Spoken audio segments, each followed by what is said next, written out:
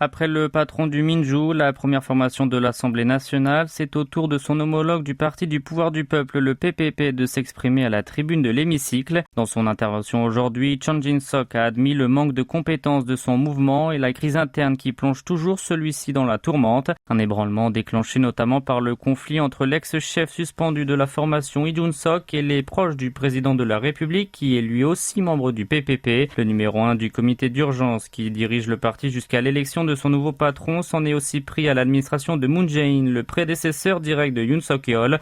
En effet, Chang a martelé que durant son quinquennat, qu'il qualifiait de 5 ans perdus, le précédent gouvernement avait plombé l'économie privée ainsi que les relations avec les États-Unis et le Japon et mené unilatéralement la politique de la sortie du nucléaire. Cet ancien journaliste devenu homme politique a d'emblée fustigé le Minju, le parti de Moon, pour quereller pour des choses oiseuses et ce en vue de maudire Yoon et d'empêcher son administration de poursuivre ses actions.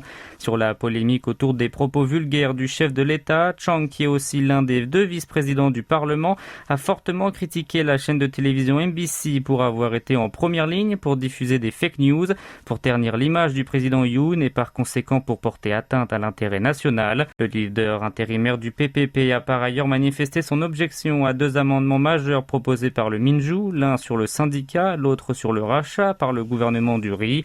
Des textes qui, selon lui, sont tous 2 populistes. La réaction du Minju ne s'est pas fait attendre. Le chef de son groupe parlementaire, Park Hong-gun, a dénoncé une allocution rejetant tous les problèmes qui se posent actuellement sur le précédent gouvernement, l'opposition et les médias.